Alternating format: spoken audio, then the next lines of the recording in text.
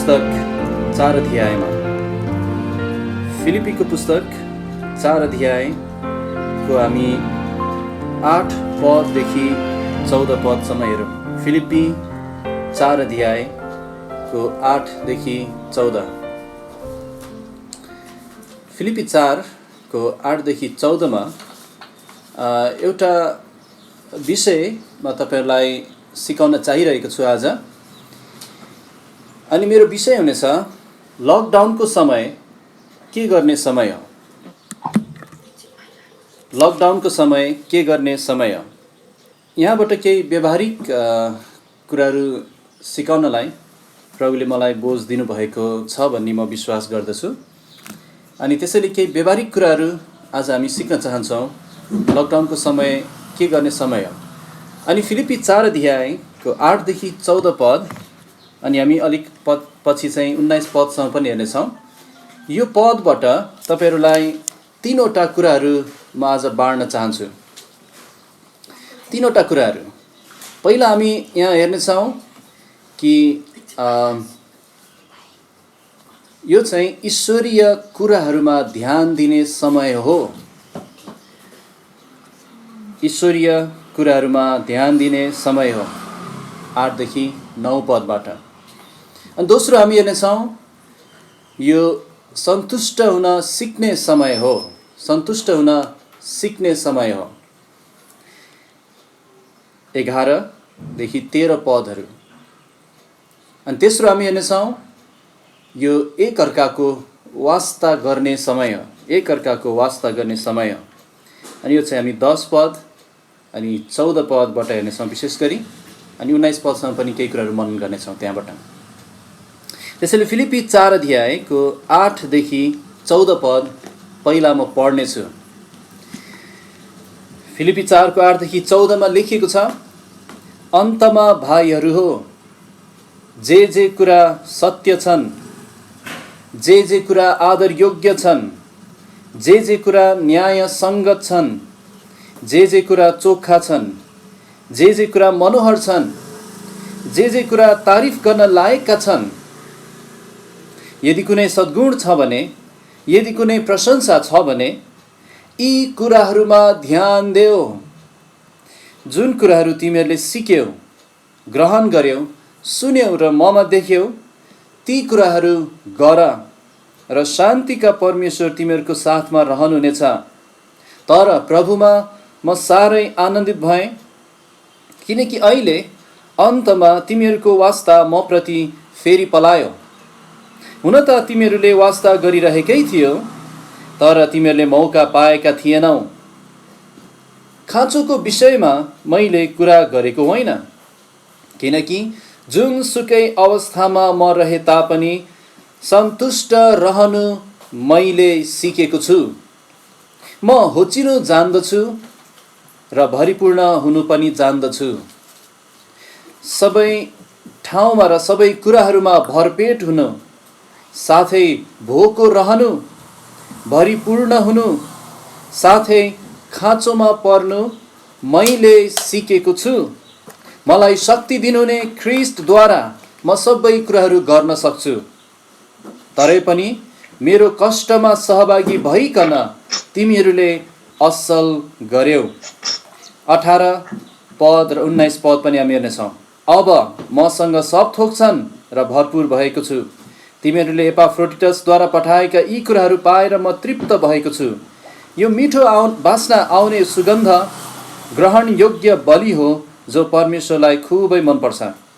तर मेरा परमेश्वरले आफ्नो धन अनुसार महिमामा ख्रीष्ट येशूद्वारा तिमीहरूका सबै खाँचो पुरा गरिदिनुहुनेछ। अहिले चाहिँ करिब 2 महिनाभन्दा बढी भयो हामीहरू लकडाउनमा परेका छौँ। अनि यो अवस्थाको कारण, यो परिस्थितिहरूको कारण त्यहाँ यस्तो समयहरू आउन सक्छ जब हाम्रो सोचाइहरू, हाम्रो विचारहरूमा त्यहाँ हामीलाई समस्याहरू भएको हुन सक्छ। किनभने यो महामारीको समयमा संसारका मानिसहरू वा संसारका डाक्टर वैज्ञानिकहरूको आकलन, उनीहरूको अनुमान चाहिँ के छ भने, अनि के सत्य पनि भइरहेको छ भने, यो लकडाउन अनि यो महामारीको कारणले मानिसहरूमा एक प्रकारको उनीहरूको सोचाइहरूमा विचारहरूमा अनि एक हिसाबले मानसिक तरिकाले समस्याहरू आउन सक्छ भनेर उनीहरूले अनुमान गरिरहेको छ। अनि यस्तो भइरहेको छ भन्ने कुरा मैले केही व्यक्तिहरूबाट सुनेको पनि छु। केही व्यक्तिहरू, प्रभुलाई नचिनेको व्यक्तिहरू पनि उनीहरूले यसरी बताएको छन् उनीहरूलाई गाह्रो भइरहेको कुराहरू सोचाइमा विशेष गरी। अनि विश्वासीहरूमा पनि यस्तो खालको अवस्थाहरू आउँदैन भन्ने होइन, आउन सक्छ। त्यसैले तपाईहरूको बिचमा यो अति व्यवहारिक शिक्षाहरू अर्थीहरू म आज बाँड्न चाहन्छु। अनि त्यसरी मैले विषय दिएको छु लकडाउनको समय के गर्ने समय। यो अलिकति अनौठो विषय लाग्ला, तर यो हामीले सोच्नुपर्ने समय हो। किनभने यो लकडाउन भन्ने कुरा हाम्रो लागि नयाँ अनुभव भए पनि बाइबलमा केही व्यक्तिहरू छन् जसले यो अनुभव गरेका थिए। अनि त्यसैले बाइबलको लागि यो नयाँ कुरा होइन। उदाहरणको लागि जलप्रलयको बेलामा नुह र तिनको परिवार 8 जना झन्डै 1 वर्षसम्म जहाजभित्र लकडाउनमा परेका थिए। प्रभुले बाहिर निस्किन दिनु भएन है। अनि एलियालाई पनि करित खोलामा परमेश्वरले लकडाउन गर्न पठाउनु भयो। अनि आहाबबाट त्यहाँ जाँदाखेरि है पानी पर्दैन भनेर भविष्यवाणी गर्दा। साथै यर्मिया भविष्यवक्ता पनि झ्यालखानाहरूमा घरिघरि लकडाउनमा परेका थिए। ख्रिस्टको 12 चेलाहरूमध्ये एकजना यूहन्नालाई पनि पत्मोस टापुमा निकालिएको थियो र त्यहाँ एउटा थुन्ने ठाउँमा लकडाउन गरिएको थियो। पावल आफै पनि 2 पटक लकडाउनमा परेका थिए। एक पटक चाहिँ प्रेरितको पुस्तक अन्तिमतिर रोमको यात्रा हुँदाखेरि, अप्रत्याशित यात्रा हुँदाखेरि चाहिँ पावल आफैले भाडामा लिएको घरमा कैदीको रूपमा लकडाउन भएको थिए। अनि पछि चाहिँ नेरोको समयमा उनको शिर काटिनुभन्दा अगाडि पनि एकचोटि फेरि लकडाउनमा परेका थिए। अनि त्यसैले यो पत्र जुन फिलिपीको पत्र हामी हेर्दैछौँ, यो पत्र चाहिँ पावल आफ्नै भाडामा लिएको घरमा लकडाउनमा पर्दा लेखेको पत्र। अनि यसलाई चाहिँ कैद पत्र भनिन्छ। एफएसी, फिलिपी, कलसी र फिलेमोन चाहिँ पहिलोचोटि यसरी कैद हुँदाखेरि लेखेको पत्रहरू हो। अनि यहाँ चाहिँ पावलको हृदय, पावलको सोचाइ, विचारहरू, पावल कुन कुरा व्यस्त थिए भन्ने कुराहरू फिलिपीको पुस्तकमा हामीलाई राम्रोसँग सिकाएको छ लकडाउनको समयमा। अनि त्यसैले हामीले परमेश्वरको यी जनबाट आज हामीले सिक्नुपर्छ, परमेश्वरको प्रेरितबाट। अनि त्यस्तै मन हाम्रो हुनुपर्छ, किनभने हामीहरू पनि त्यस्तै अवस्थामा छौँ है, लकडाउनमा छौँ। कतिजना हाम्रो आफ्नै घरमा, कतिजना पावल जस्तै भाडामा लिएको घरमा, कोठामा। अनि त्यसैले जसरी पावलले परमेश्वरको अनुग्रह पाएका थिए, अनि जसरी उहाँको अनुग्रहमा पावल एउटा स्वस्थ खालको, ईश्वरीय खालको मनोभाव राखेर जिरहेका थिए, त्यस्तै हामी हुन सक्छौँ प्रभुको अनुग्रहले। अनि पावलको जीवनै हामी देख्छौँ। त्यसैले यी पदहरू जुन आज हामी हेर्दैछौँ, यो चाहिँ हामीले आज अभ्यास गर्नै पर्ने ठिक समयहरू हो। सधैँ गर्नुपर्छ, तर अहिले अझ ठिक समय हो। अनि यस्तो समयहरू चलिराख्दाखेरि हाम्रो सोचाइहरूमा हाम्रो विचारहरू कसरी अनुशासित गर्ने, कसरी हाम्रो ईश्वरीय मनोभाव राखिराख्ने, कसरी हामी ख्रिस्टमा खडा भइराख्ने, यो हामीले जान्नुपर्छ है। किनभने हामीलाई थाहा छैन यो लकडाउन अझै कति समय चल्नेछ। 2 महिना भइसक्यो, अझै कति अघि बढ्छ थाहा छैन। अनि यदि प्रभुको इच्छामा हाम्रो सरकारले, राज्य सरकारले यो अब 20 गते रोक्नु भए पनि पुरै खुल्न समय लाग्छ है। अनि एकदम चरणबद्ध तरिकाले हुन्छ। तर जे होस्, एउटा कुरा हामी के जान्दछौँ, यो कहिले खुल्ला नखुल्ला हामी केही पनि थाहा छैन हामीलाई, त्यो भविष्य कुरा। तर एउटा कुरा हामी के निश्चित भएर जान्न सक्छौँ भने यो सबै परिस्थितिहरूमाथि परमेश्वरको सार्वभौम हात छ, परमेश्वरको सार्वभौम योजना छ। अनि कुनै पनि कुराले है परमेश्वरको वचनलाई र उहाँको कामलाई रोक्न सक्दैन। जसरी पावलले भने, परमेश्वरको वचन बन्धनमा छैन, परमेश्वरको वचन लकडाउनमा छैन। अनि उहाँको योजनाहरू मानवीय रोगहरू, संसारको महामारीले रोक्न कहिले पनि सक्दैन, बरु उल्टै पुरा गर्छन्। त्यसरी परमेश्वर शान्त हुनुहुन्छ, उहाँलाई कुनै कुराको फिक्री छैन। उहाँ एकदम शान्तिमा हुनुहुन्छ, उहाँलाई थाहा छ के भइरहेको छ, किनभने उहाँको पाउमुनि छ सबै कुराहरू। अनि यो लकडाउनको समयभरि प्रभुले के गर्नुभयो, हामीले केही कुराहरू सुन्न पाएका छौँ। कति व्यक्तिले प्रभुलाई चिन्नुभयो, मुक्ति पाउनुभयो। अनि अझै बेसी सारा संसारभरि के गर्नुभएको छ हामीलाई थाहा छैन, त्यो चाहिँ स्वर्ग पुगेपछि अनन्ततामा हामीले सिक्नेछौँ। तर आज हाम्रो जीवनमा चाहिँ उहाँको योजना के छ त्यो चाहिँ हामी जान्न सक्छौँ परमेश्वरको पवित्र शास्त्र बाइबलबाट। त्यसैले महत्त्वपूर्ण विषय हामी हेर्दैछौँ, यो लकडाउनको समय चाहिँ के गर्ने समय अनि कसरी हामी यहाँ बिताउने।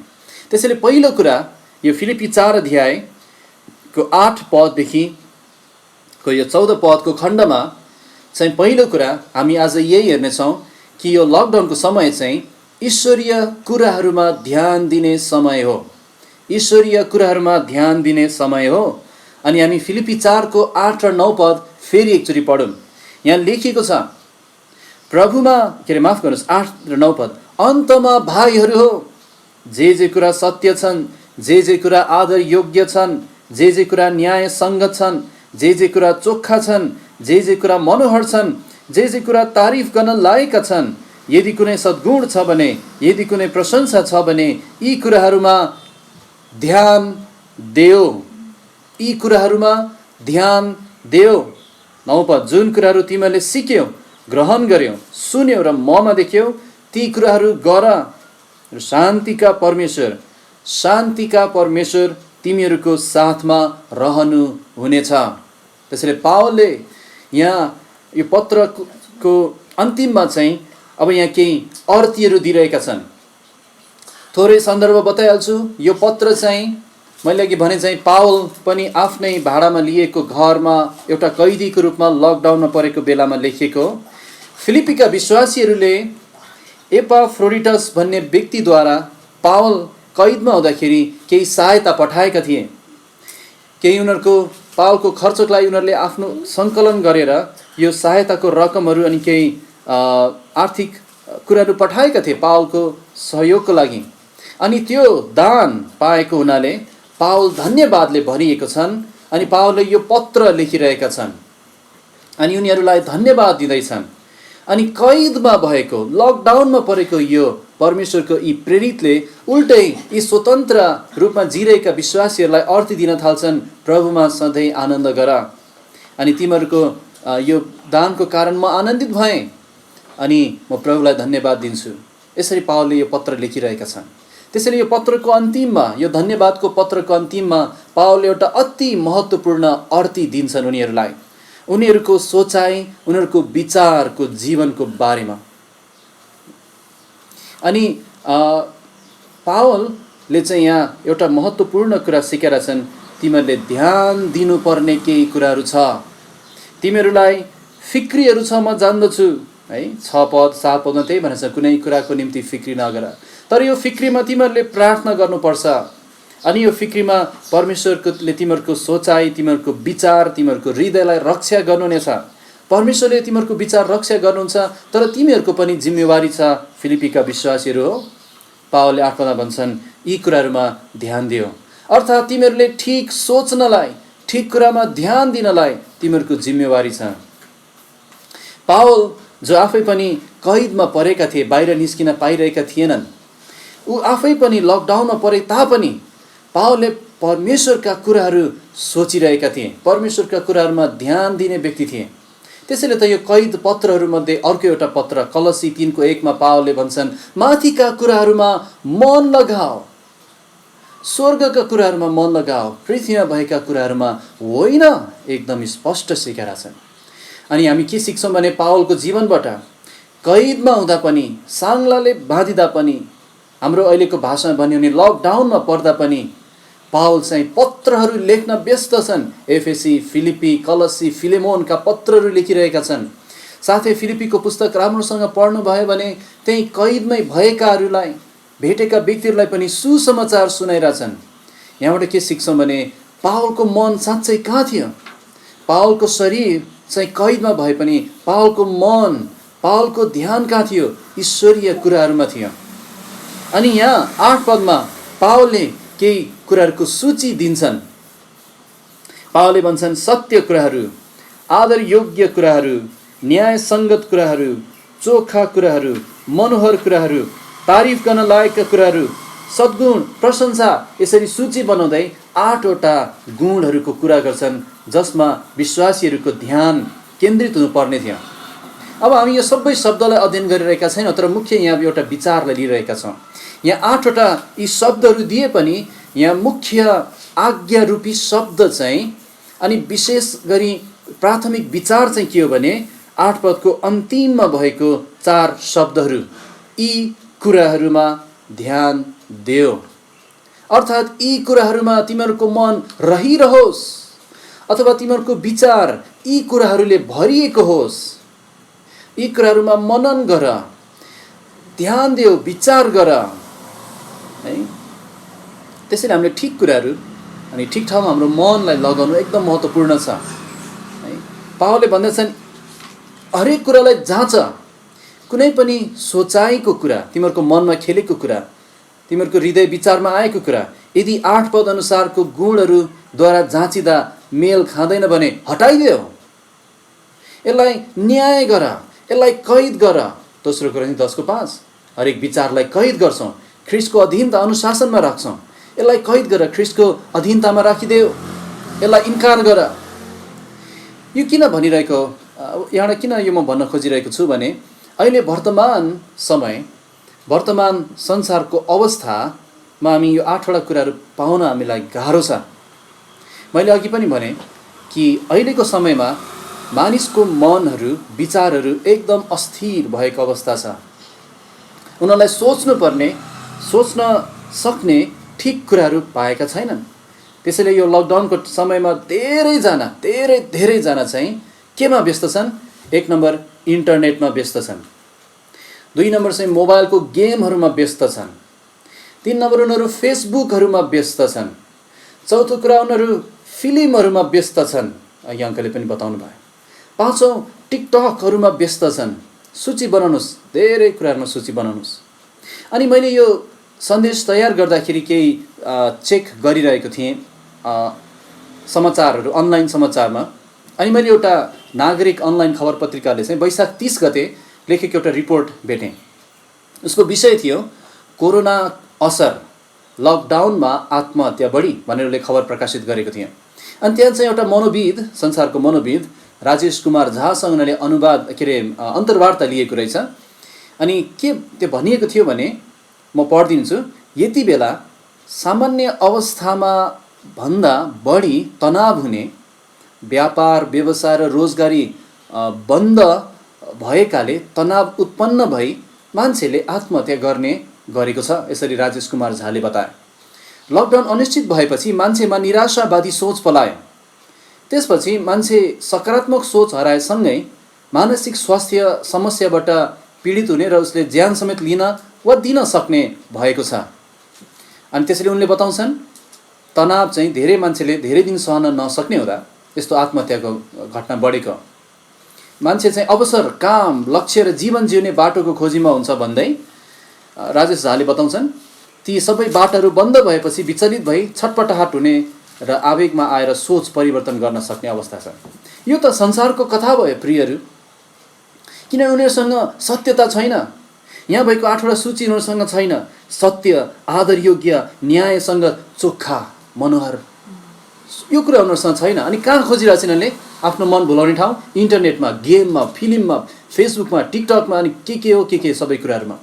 तर हामी जान्दछौँ कि हामी यी कुराहरूबाट सुरक्षित छौँ, किनभने बाइबलमा परमेश्वरले हामीलाई सोच्नलाई सत्य कुराहरू दिनुभएको छ।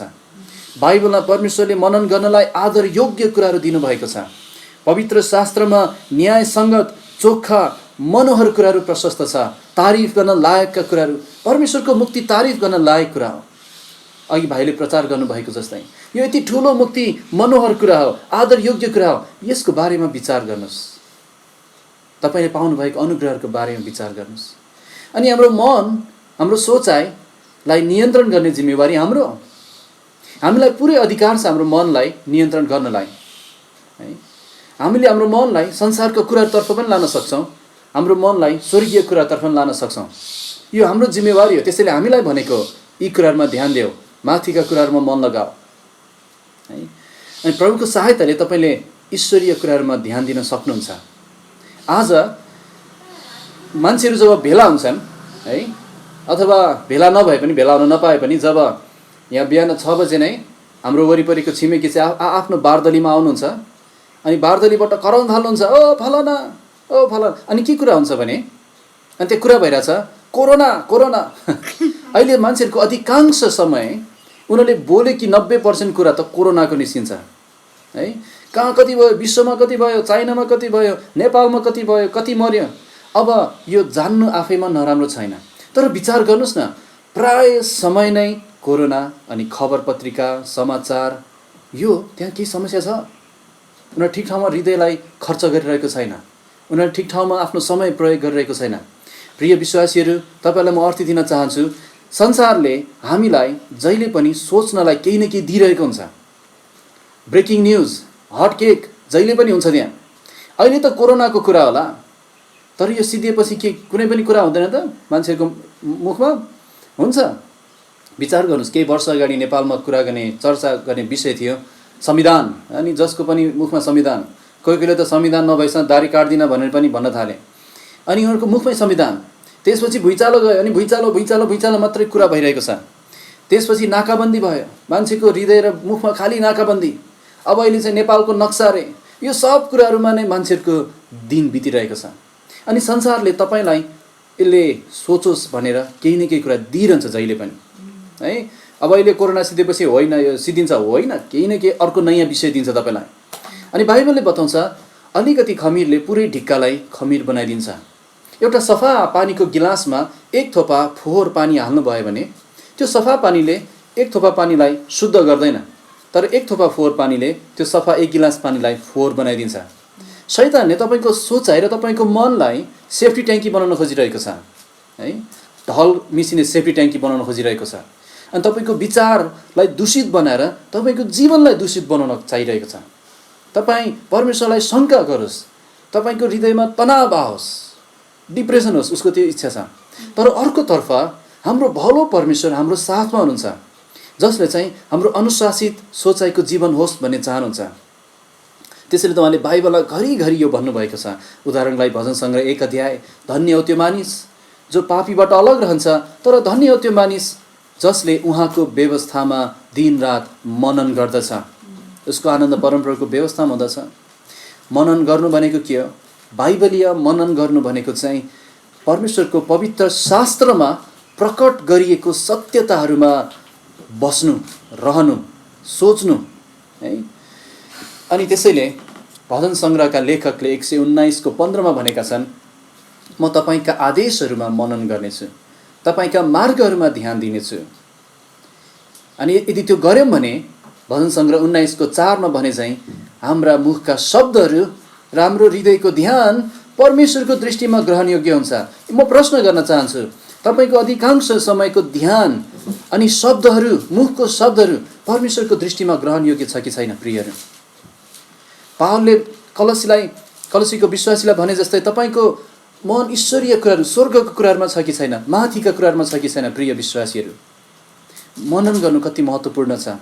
हामी देख्छौँ इसहाक, जसको विवाह भएको थिएन, तर दुलही आउँदै थियो बाटोमा, उसलाई दुलहीको फिक्री थिएन। ऊ त उत्पत्ति 24 को 63 के देख्छौँ भने साँझ पख ऊ त बाहिर निस्केको छ मनन गर्नलाई, ध्यान गर्नलाई। परमेश्वरसँगको सम्बन्धमा ऊ मस्त थियो, मग्न थियो। त्यसैले परमेश्वरलाई ठिक दुलही दिनुभयो।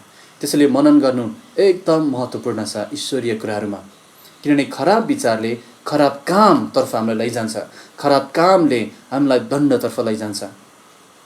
अनि हामी जे सोच्छौँ हामी त्यस्तै हुन्छौँ, हितोपदेश 23 को 7 भने जस्तै।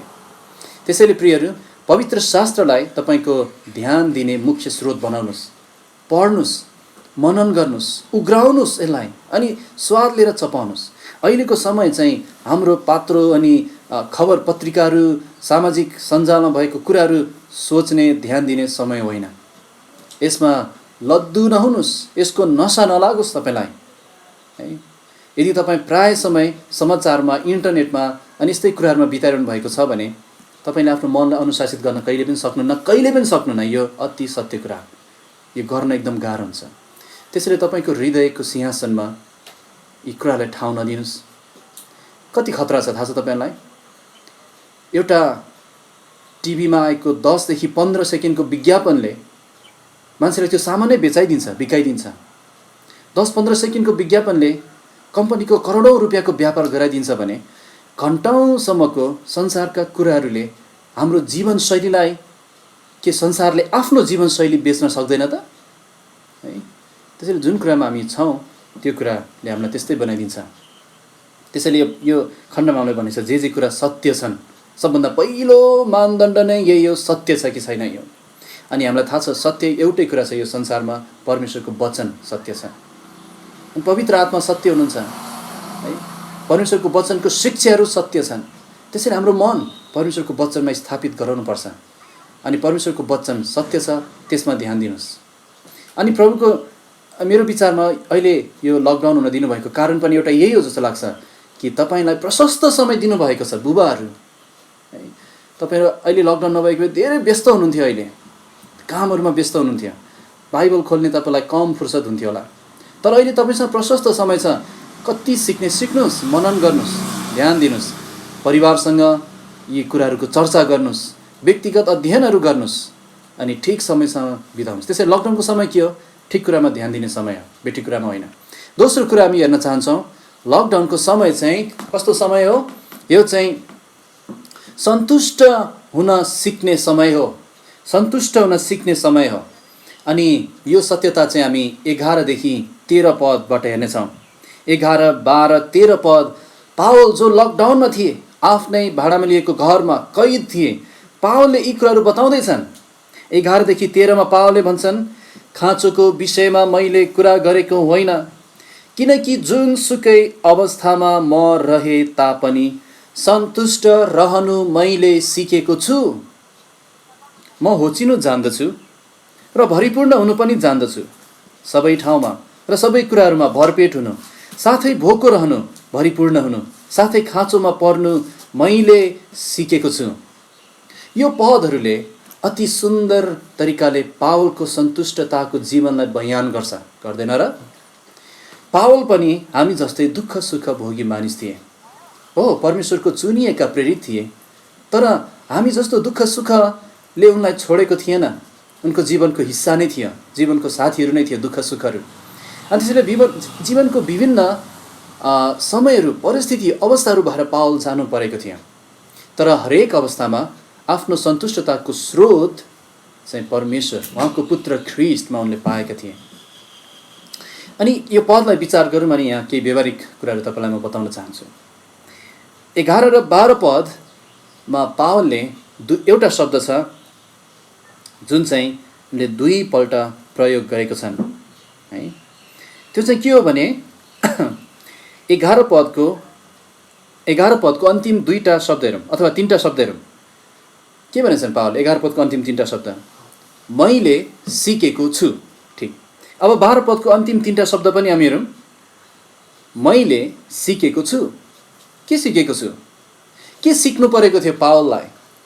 यहाँ पावलले 2टा अवस्थाको कुरा गर्छन् 11 र 12 पदमा, विशेष गरी 12 पदमा। एउटा चाहिँ सकारात्मक र राम्रो अवस्था, त्यसरी भनौँ, जहाँ चाहिँ पावल चाहिँ भरिपूर्ण भएका थिए, भरपेट भएका थिए, अनि फेरि भन्छन् भरिपूर्ण भएका थिए। अनि दोस्रो अवस्था चाहिँ पावलले भोग्नु परेको, सामना गर्नु परेको दोस्रो अवस्था थियो। पावलले यहाँ भन्छन् 12 पदमा, होचिएको अवस्था, म होचिनु जान्दछु। अनि अर्को चाहिँ भोको रहेको अवस्था, यहाँ भोको रहनु। अनि अर्को चाहिँ खाँचोमा परेको अवस्था।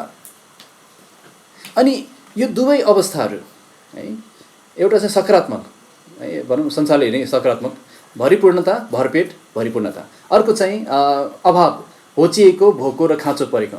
अनि यो दुईटै अवस्थाहरूमा पावलले भन्छन् मैले सन्तुष्ट के अरे यहाँ भनेको छ मैले सिकेको छु। 11 पदको अन्तिममा पावलले भन्छ सन्तुष्ट रहनु मैले सिकेको छु। यहाँबाट के सिक्न सक्छौँ भने सन्तुष्ट भन्ने कुरा हामीलाई स्वभावैले आउँदैन, सन्तुष्ट रहन हामी स्वभावैले जान्दैनौँ है। स्वभावैले हामीलाई अझै चाहियो भन्न आउँछ। एउटा सानो बालकबाटै हामीले त्यही सिकेका छौँ। जब हाम्रो आमाहरूले हामीलाई दुध छोडाउन खोज्नुभयो, हामीले भन्यौँ अझै चाहिन्छ। जब हामी आमाको छातीमा हुँदा नै जब हाम्रो भाइ वा बहिनीको जन्म भयो अनि उसले दुध खान थाल्यो, हामीले भन्यौँ नाइ मलाई दुध चाहिन्छ। अर्थात् हामीले स्वभावैले सन्तुष्ट रहन सिकेका व्यक्तिहरू होइनौँ, हामीलाई सिकाइनुपर्छ।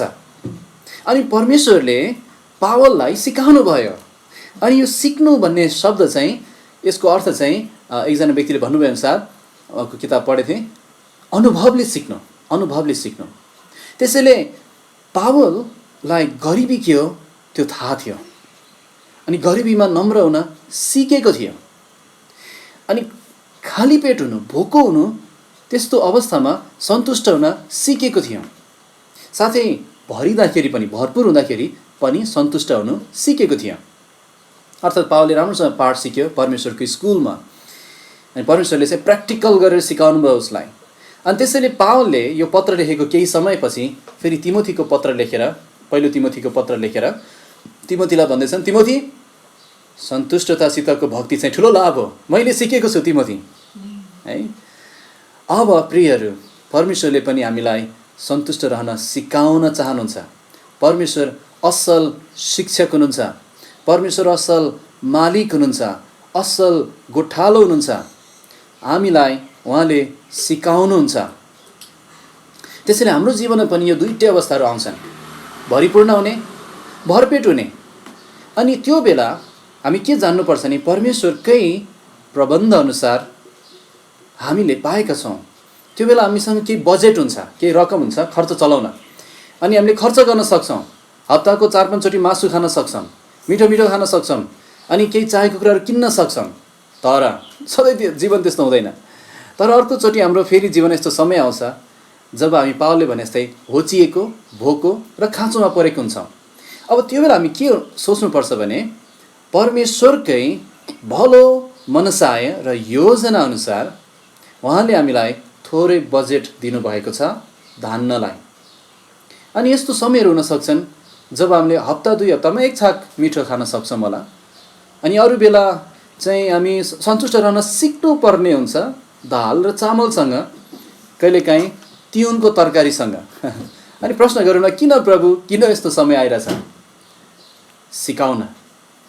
सिकाउन, हामीलाई सिकाउन, हामीले सिक्न सकौँ भनेर।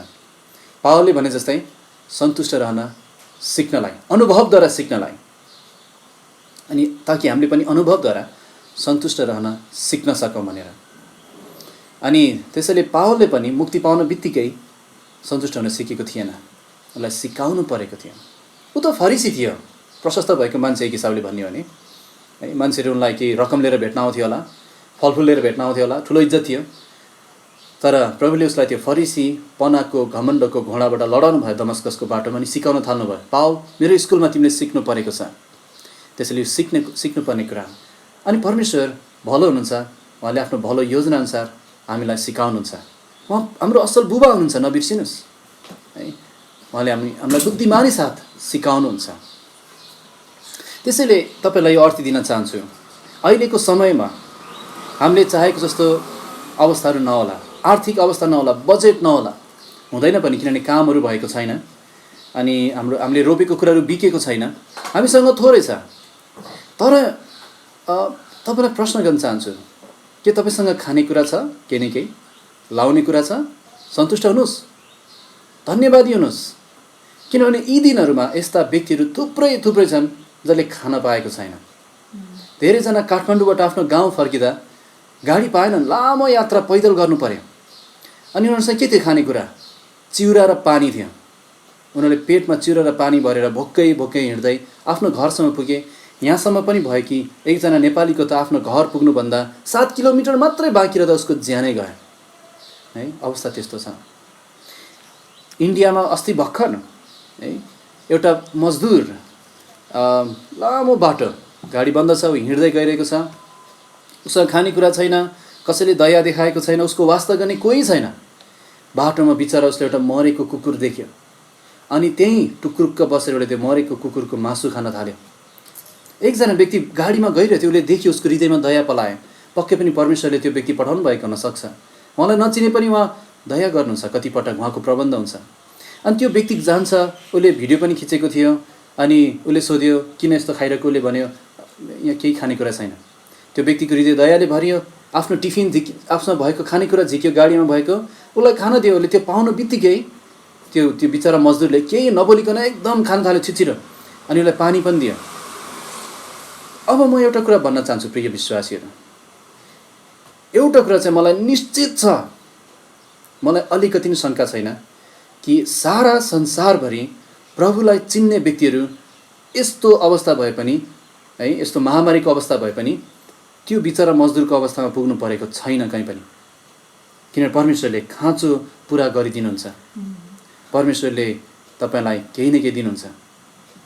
त्यसैले धन्यवादी हुनुहोस्, किनभने तपाईँसँग वास्ता गर्ने परमेश्वर हुनुहुन्छ।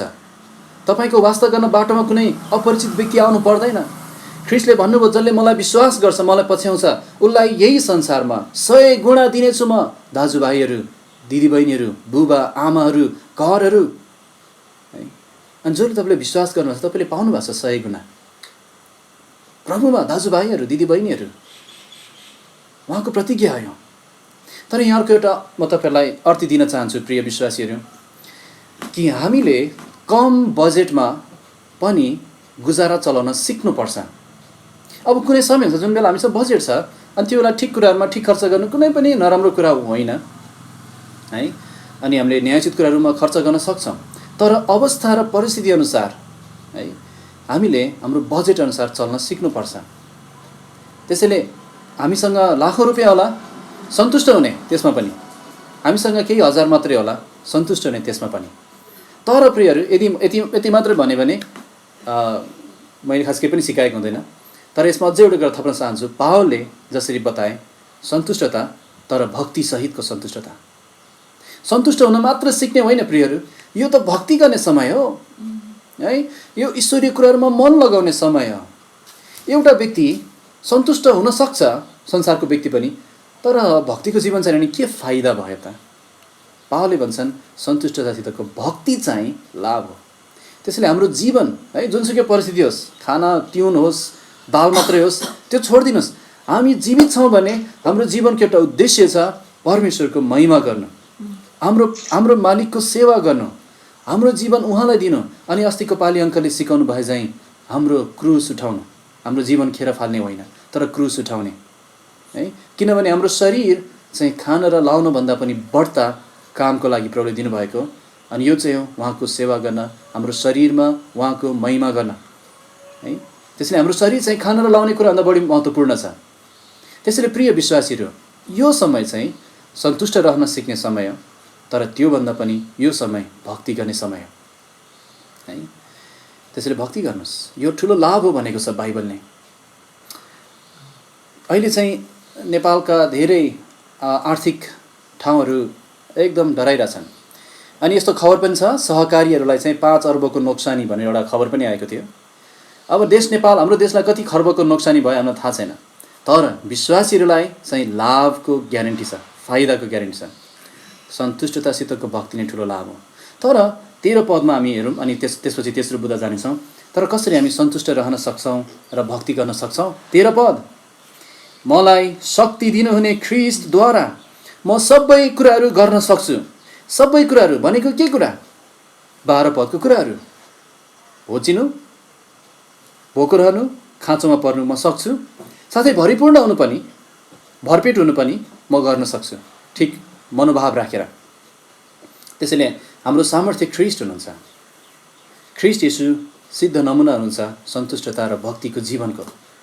अनि उहाँ नै हामी भित्र हुनुहुन्छ, तर हामी भित्र मात्र होइन, हामी भित्र उहाँ जिउनु हुन्छ है। प्रभुलाई धन्यवाद होस्। तेस्रो कुरा अन्तिममा हामी हेर्नेछौँ, लकडाउनको समय चाहिँ के गर्ने समय हो।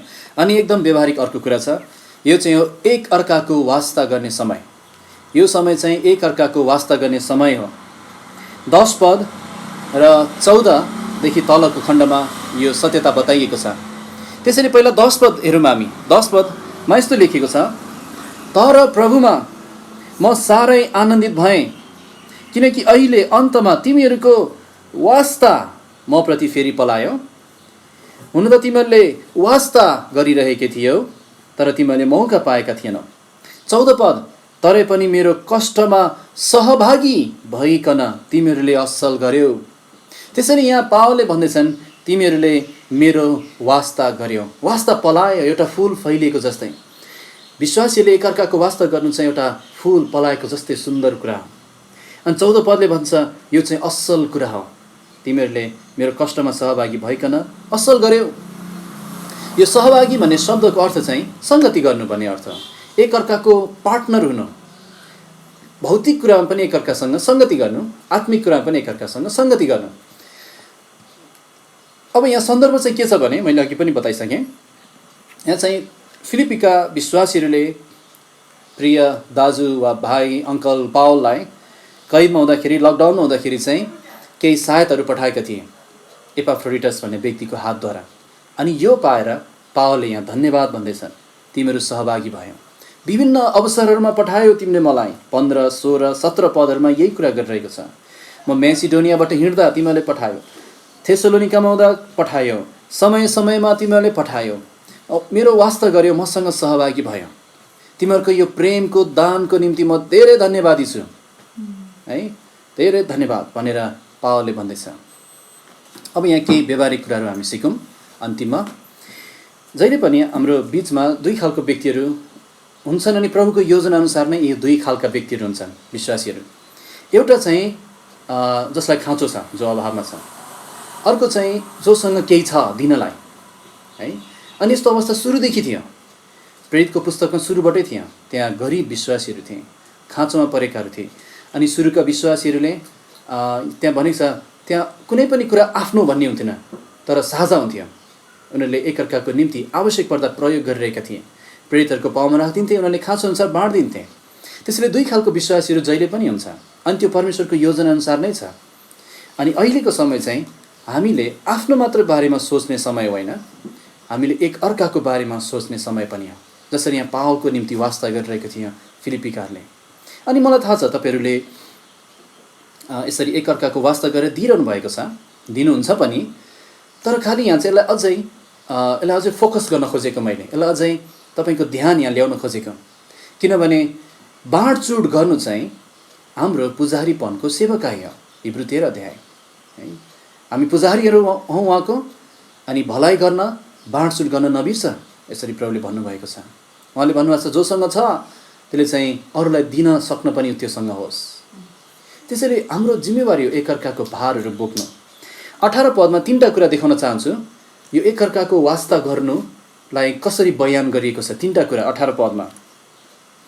18 पद पढौँ। यहाँ लेखेको छ, अब मसँग सब थोक छन् र भरपुर भएको छु। तिमीहरूले एपाफ्रोडिटसद्वारा पठाएका यी कुराहरू पाएर म तृप्त भएको छु। अनि पहिलो कुरा पावलले भन्छन्, यो मिठो बास्ना आउने सुगन्ध हो। मिठो बास्ना हो, परमेश्वरलाई यो मिठो बास्ना लाग्दो रहेछ है। हामी जब एकअर्कासँग बाँडचुँड गरिरहेछौँ, परमेश्वरले चाहिँ मिठो बास्ना, मलाई मिठो लाग्छ यो। दोस्रो कुरा यहाँ भनेको छ, ग्रहण योग्य बलि हो।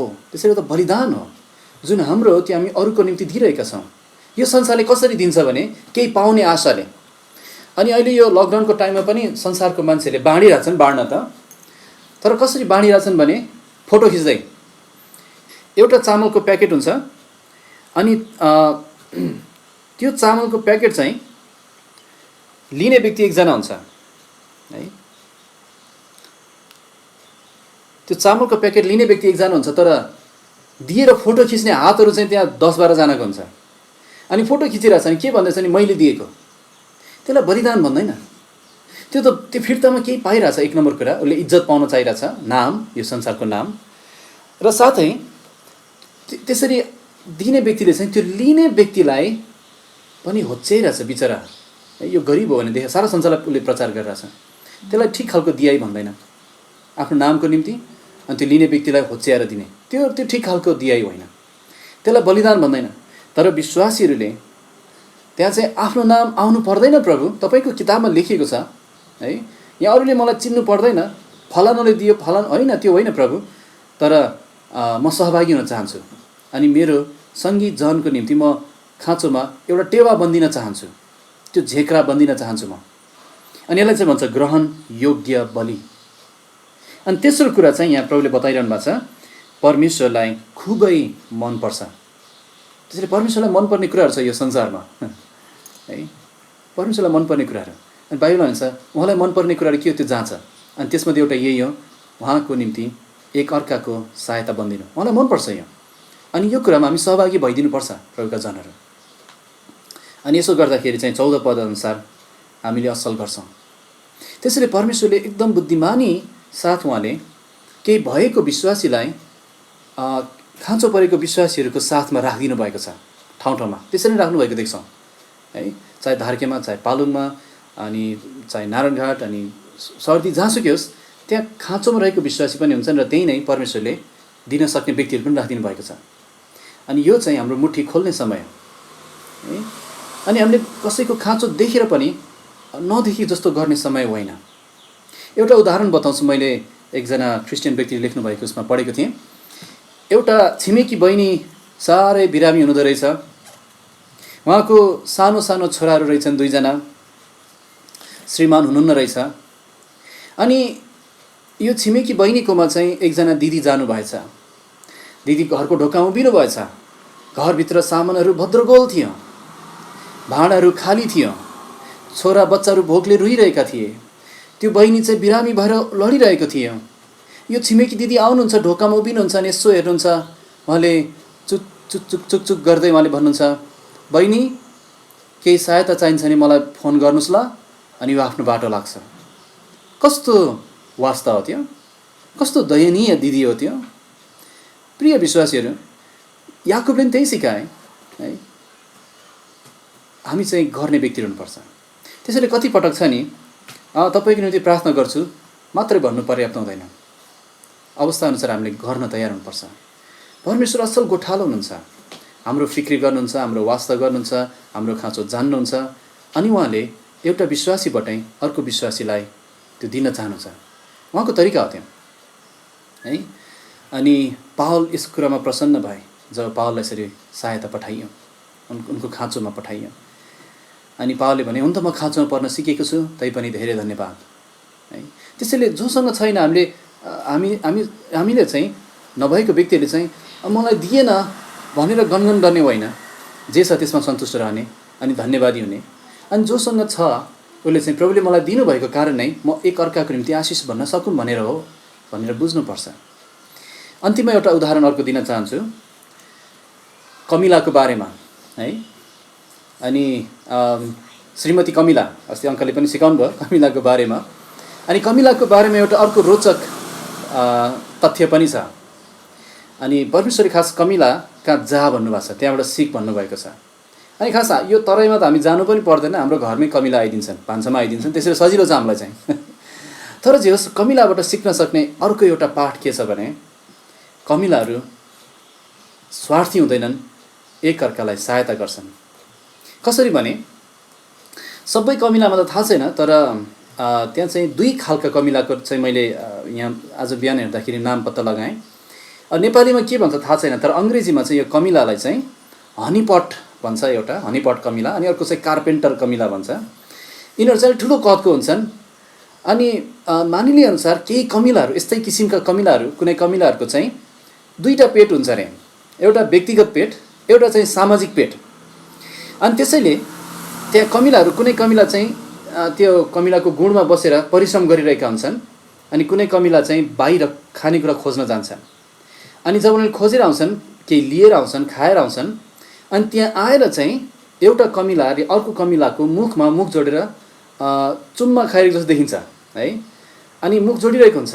के हो त वैज्ञानिकले खोजी गर्यो, के रहेछ भने जुन त्यो त्यहाँ परिश्रम गरिरहेको कमिलाहरू छ, ऊ चाहिँ बाहिर गएर आएको कमिलाले उसको सामाजिक पेट है, सामाजिक पेट चाहिँ उसले आफ्नो लागि खाएको होइन, राखेको होइन, तर ऊ चाहिँ अब त्यहाँ परिश्रम गर्ने कमिलाको लागि दिनलाई उसले आफ्नो सामाजिक पेट भरेको छ।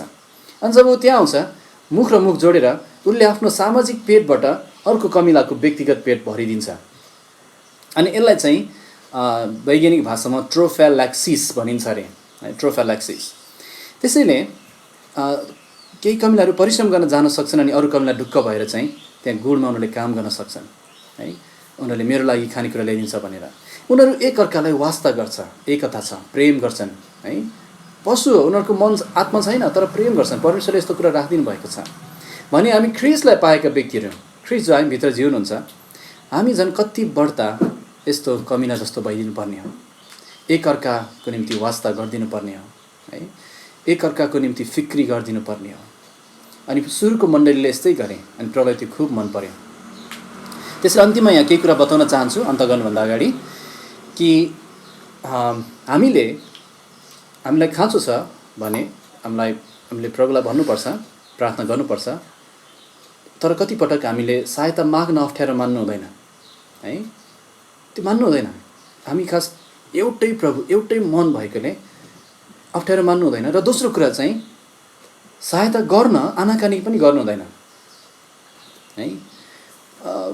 किनभने यस्तो समयहरू हुन्छन् जुन बेला चाहिँ एउटा व्यक्तिलाई अर्को व्यक्तिसँग सहायता माग्न अप्ठ्यारो भइदिन्छ, किनभने त्यो व्यक्तिको स्वभावको कारण। त्यसरी प्रियहरू, हामी सबैजना एकदम खुला हृदयको व्यक्ति भइदिन सिक्नुपर्छ है। हामीलाई परमेश्वरसँग केही माग्न गाह्रो छ र छैन, एकदम खुला हुन्छ, उदार हुनुहुन्छ। अनि यस्तै व्यक्तिहरू हामी भयौँ भने एकअर्कासँग सहायता माग्न गाह्रो हुँदैन है। अनि हामी यस्तो कठिन खालको व्यक्ति बन्दिनु हुँदैन, उसका गएर केही भन्न अप्ठ्यारो लाग्ने खालको व्यक्ति बन्दिनु हुँदैन। अनि वास्तवमा यो भनेको भरोसा नै जित्ने कुरा हो, भरोसाको महत्त्व नै हो, एकअर्काको भरोसा जित्ने कुरा हो। तर हामी नम्र, सहायता गर्न इच्छुक खालको व्यक्तिहरू भइदिनुपर्छ। ख्रिस्ट त्यस्तै हुनुहुन्छ, उहाँ नम्र हुनुहुन्छ। हाम्रो सहायताको लागि स्वर्ग छोडेर आउनुभयो, आफ्नो सबै स्वर्गीय सम्मानहरूलाई एकातिर राख्नुभयो अनि आफैलाई दिनुभयो है। अनि त्यसैले हामी त्यस्तो व्यक्ति भएनौँ। हामीसँग कुरा गर्न मान्छेलाई अप्ठ्यारो नहोस्, मनको कुराहरू बताउन अप्ठ्यारो नहोस् है, गाह्रो कुराहरू बताउन अप्ठ्यारो नहोस्।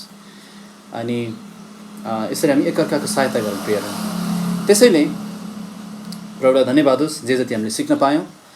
अनि हामीले हामीसँग भएको कुरालाई बुद्धिमानी साथ प्रयोग गर्नु, हामीसँग भएको स्रोत साधनहरू, बजेटहरू बुद्धिमानी साथ प्रयोग गर्नु, अनि भविष्यको लागि पनि सञ्चय गर्न सिक्नु, अनि आवश्यकताअनुसार कम खर्चमा चल्न सिक्नु, अनि हामीले जे पाएको छौँ खानलाई त्यसमा सन्तुष्ट हुनु सिक्नुपर्छ।